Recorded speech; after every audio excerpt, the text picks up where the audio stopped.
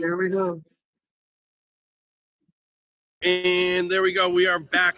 We're still struggling through some tech issues, and that is just funny being at a tech event. But you know what? Just like we do in the field, we just battle through it and we go through Improvise it. No and move mics, no on. headphones. My laptop's on a suitcase. It's okay because the important piece, and I'm sure Dan's going to talk about this because I use this quote a lot. It's about just hearing the voices of the impactful educators that are here. It's about making connections with people here and learning from them. And I'm thrilled to, again, be here for the 4th year in a row, highlighting the voices of FETC and partnering with my good friend, Rob from Tech, who you got to go to work today, man. The vendor hall opens. You got to get off this podcast wheel. You're like, I got to get to the booth. So tell us what's going on in the booth. So, yeah, we're at booth 2730. We got a lot of stuff going on. You want to see a 3D printer printing? We got that. You want to see a laser engraver? We got that. We got a wood cutting machine. No, you don't. Yes, That's we awesome. do. So we got a little bit of everything, but mostly we got some people that want to just have a conversation, see what you're doing, and see how we can help. So come on by booth 2730. Awesome. And I think we've started a trend. So for most of our interviews has been an individual, and we've been interviewing. I think our last 3 have been with groups of people, and it's been great. And we have groups of people here with us today, right now. We have Jackie, Dan. Thank you both for stopping in. Hey, happy to be a group. There you go. We are now a group. Group of 4. Group. Party of 4. There you go. That's it. 2 computers, 4 people. You know, it's just how we work. Okay. So for those who don't know our party of 4, tell us who you are and what you do. Jackie, go for it. Jackie. Hi, I'm Jackie Gardy, and I'm an ed tech consultant and editor, and I work on all kinds of things ed tech. And before that, I worked at the Department of State, and I did international education initiatives for the last 15 years. That's a humble way of saying I had a big job. I worked at like the DC and like the Department of State. That's low key. The entire world. Yeah. Just gotta say it nonchalant. My work just reached thousands. You know, I just help shape policy for the field. The field. And how about you, Dan? Nothing. So I'm Dan Ryder, and I am the director of design and innovation for the Community Regional Charter School. That's right.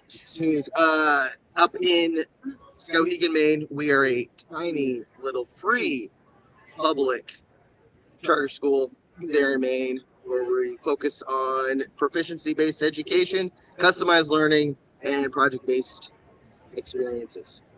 Nice. That's sounds like a big job. How, like I know we just joked a little bit about Jackie shaping countries in the state of education, but in your role, you get an opportunity to shape the schools and how students learn and things like that. How is that day to day?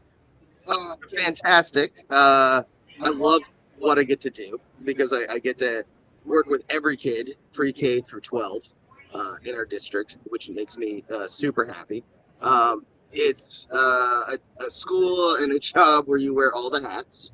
So one day I'll be figuring out our AI kind of philosophy and strategy, and well, not one day. That might be at 9 a.m.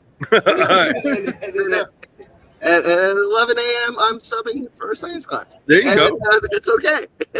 Many hats. It is all the hats. Yeah. So many hats, and but it's great because we strive to give every kid opportunities to express their understanding, however works best for their brains, and give them maximum opportunity to experience a world of professionalism that they may not even realize is what they want to go into. Amazing. And you have a couple sessions here together. Yeah, so we do. Jackie, I know you have notes and you got like handouts. Hold them up. What do we got going on here? We've got the sweetest one pagers you've ever seen. Yes. There's zero what I was going to say, there's nothing facetious about that. They are amazing.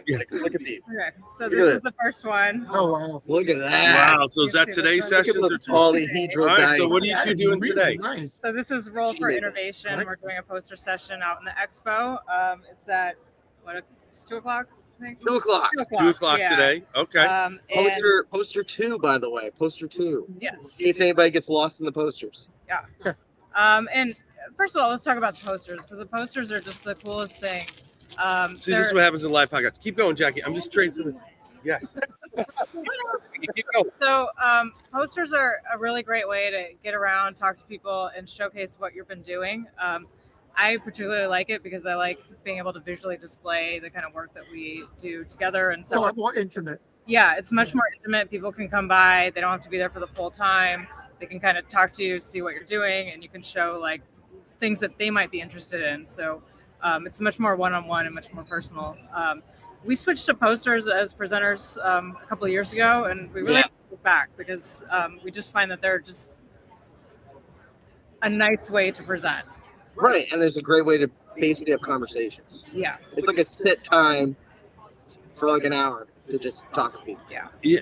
And, Right. and I have to say, and we're going to jump into your second one, but I have to say, I felt that yesterday. I did the brain gym yesterday with Mary Alice, and I talked about digital wellness in the elementary school, and we didn't use any tech, and we just talked for an hour, and it was refreshing, and it was really, it was around creating like models that we have to be the role model for at first, and then creating routines. And we had the routine yesterday of like, here's some questions, let's just talk about it as a group. And I was like the facilitator of that, so it wasn't poster, but it was very similar to that, and it was refreshing to do that. Yeah, I agree. I've done presentations, and while I like reaching that large audience, I'm actually doing a poster session today at 3:30, I believe, on AI in the special needs classroom. And it's an opportunity to have those conversations. People are coming up to you because they want to hear what you have to say, and you can get a little more in depth and find out how to tweak it to what they want to hear versus, hey, I'm standing up in front of you, look at my slideshow. Right. So, although I don't have the fancy one pages, I have. No one does. She's one of a kind. But we have like different sections on our posters. So we have something about the innovation flow. And we're back. Keep going. Where we talk about the design thinking pathway that Dan Ryder's developed for his students. And then we talk about classroom ready prompts for AI and game-based learning and some different things that you can try out with your students. We talk about different tools that you can use for rolling for innovation. And with those tools, we're looking at AI for brainstorming and feedback, visual design, interactive game design and mapping, and narratives. And then lastly, we've got this cool choose your own innovation path where you go back to the prompts and you pick one or two, and you kind of do a flow chart to see which ones match with which ones. And this is something that you can take back to your classroom tomorrow and use. Absolutely. Because the whole what we try to do with all the work that we collaborate on together is to focus on opportunities for kids to express themselves creatively and show what they know through a lot of different ways. But then to like not make it I know I just talk, Jen. I just talk. Oh, hey, yeah. Look, this is what happens on live podcasting. Live podcasting, people are coming in. You gotta go behind and say hi. Now you gotta do it. Go behind Rob and say hi. We're behind us. We got a camera too, right there. There she is. Yeah, what's going on? This is why we do it, right, Robin? Now turn the other screen. There she is. Look at that. Good to see you. And Jackie's one pager. Let's go. We're back. So yeah, that's what we try to do, right? Is everything tries to be not showing you just one way to do it, but multiple paths. So not cookie cutter. Right, not cookie cutter, but at the same time, we want to give you all the tools so that you can create a customized experience for your learners, your staff, whoever it is. And today we're talking about game design and using AI to help shape that. Sure. And for kids to create games to show what they know. And then tomorrow we are talking about comic books. Yeah. That's exciting. Oh, wow. So tell us more about that. So one of the things that Jackie did to change the universe during COVID, we snapped and everyone disappeared for 5 minutes. Then we came back and she did masterminded this virtual exchange with 300 educators from 33 different countries all over the world. Wow. And what we taught them was the power of making comics to help kids learn. Like to have kids make comics, but then they made comics as teachers. And so what we're showing in the poster tomorrow midday, right? I think we're like 11 or something like that. 11:30 to 12:30. 11:30, and Details. we're going to be talking about matter. how to make superhero comics in your classroom, how to use empathy to drive that though, and how to create heroes that reflect the values of your community and your region, and which right now is a very prescient topic. Like talking about values and what matters and what really matters.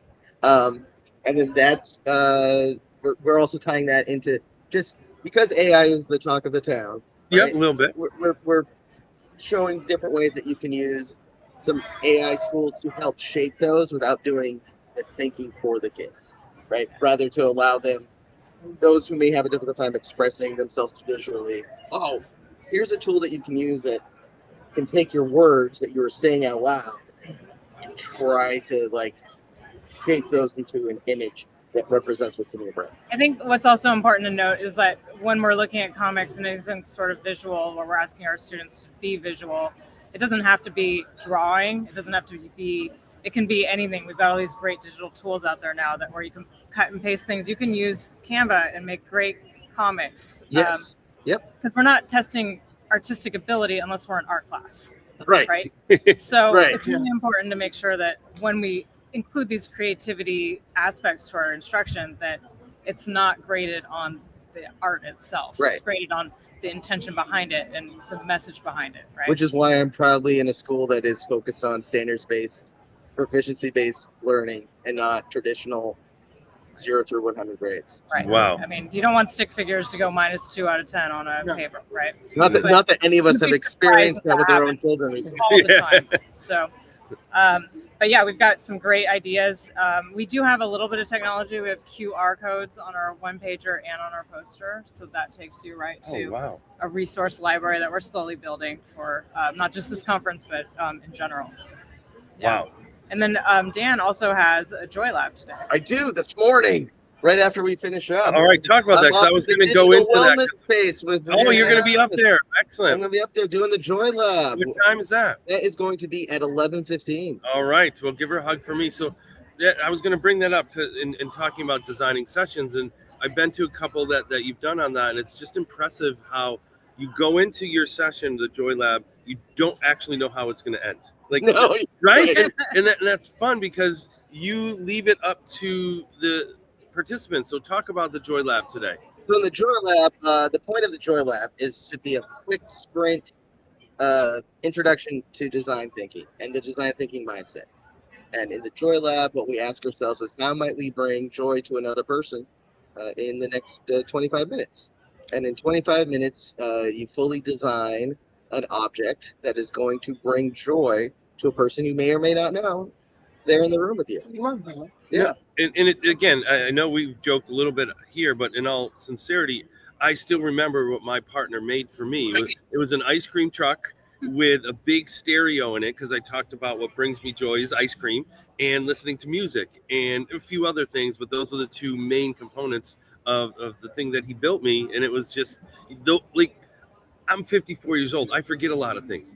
I remember that from 2 summers ago, that this person, who I don't even know the person's name, but was so kind and listened to me and made that. So that's what that session brings about, is not only making something that brings out joy and making memories. It's about connecting and listening to people. That's it. That's the whole point. And to have an artifact of it, right? Yes. Because you remember that thing. So we make, I won't give away all the secrets. Yes, we don't want to give away. You got to show up today. But you use very, very simple materials to do it, but that's part of the experience. Yeah, it's super fun. I've done a lot of those and get different things every single time. But whoever my partner is, they give me something I didn't know I needed, but I'm like, oh, that's lovely. So the last one I had, someone gave me like a bookshelf with all these magic books. And the minute you open the book, you're like transported into the world. Wow. Oh, amazing. Very cool. And when she got transported, I couldn't find her for like an hour. Yeah. We had a We found her. and it was challenging. It was like me in a store. We got you back, thankfully. Um, So Rob will get you out. We got one more question for you. Yeah, I know you've answered. Oh, this did you question. finish everything? Oh, Oh, great. One more. Oh, My that's bad. like it's a round table. Yeah, Oh, she showed me that's really two things, and now the third just came out of the hat. So one more. Go. So I've got a roundtable tomorrow at 4, and this is one where we're going to be reimagining global education through immersive virtual exchange. Oh, you got to show it. Is that a 1 page or 2? No, This is a half pager. This is a table tent, which I learned recently is a thing because AI told me that this is a way you can present your information. So you can make a half page. And your information's on the back. And then we are learning so much. Your information is on the back. Yes. And then you put it on the table. Cutting edge of the table tent. Nice. All right. Ooh. Which is very, elementary school, but I think it's. I'm totally borrowing that. Yes. Yeah, I'm absolutely. I have a table tomorrow. I'm doing that. That's so great. So in this one, we're going to be talking about technology and how we can bring immersive virtual experiences to our students, even if they can't travel, even if they don't have study abroad programs. And that's very important to me, is equal access to the globe and equal access to global learning, no matter where you are. So we're going to be talking about that, and we're going to be hopefully coming up with some really great ideas together as a group. So that's at 4 to 5 tomorrow, also in the Expo Center. So what's great is our 2 posters and my table talk is all going to be at the expo. So once you go, you can go and check out all the cool tools that we talk about and see how that applies. Yeah, I like it. Oh, fantastic. Busy but fun. Yeah. That's the whole point. Is that the whole thing of FET? Yes. Busy but fun. Yeah. Use that as the tagline. It's going to increase. I'm going to turnout by 27%. I'm going to copyright that right now. So you guys probably have answered this question before, but it's still always interesting how it evolves. When you hear the term "Stronger Together," the name of the podcast, how does that make you feel? What do you think about it? It makes me feel strong and both together. Bingo. You win. Off the mic. We get all yeah. How did he come up with that? It's like he just repeated the words. Slower. For me, it's just about collaboration and being around like-minded humans. And the great thing about FETC, in terms of Stronger Together, is it's one of the few times a year where I get to see a lot of the people I lean on to help me think and do and make the experiences for my kids back home that much better. Yeah, absolutely. And I just love being around this kind of environment and Stronger Together. You pull together the most amazing people to talk to and about. I learn something every time I listen to one of these. I don't know. It is Stronger Together. Awesome. And I'm proud to say that in the past, couple months, Jackie has been supporting Talking Stronger Together, our X Factor authors, and doing some editing, and then has in a project now and has another project coming up. So we're really thankful for you doing that too. So we are stronger together because of that. So as always, thank you two for coming in. It is a joy, and have fun with your table tents. Have fun in the Joy Lab. So much fun. So much Check table them out because you got some one-pagers coming out with you. I'm excited. So, as always, all gotta make joking aside, them thank you for the work that you do. You are 2 people that I always make sure to follow, connect with, because I learn something each and every time. Have a great FETC and have a wonderful time here through 2026. Thanks, guys. See ya. Thank you.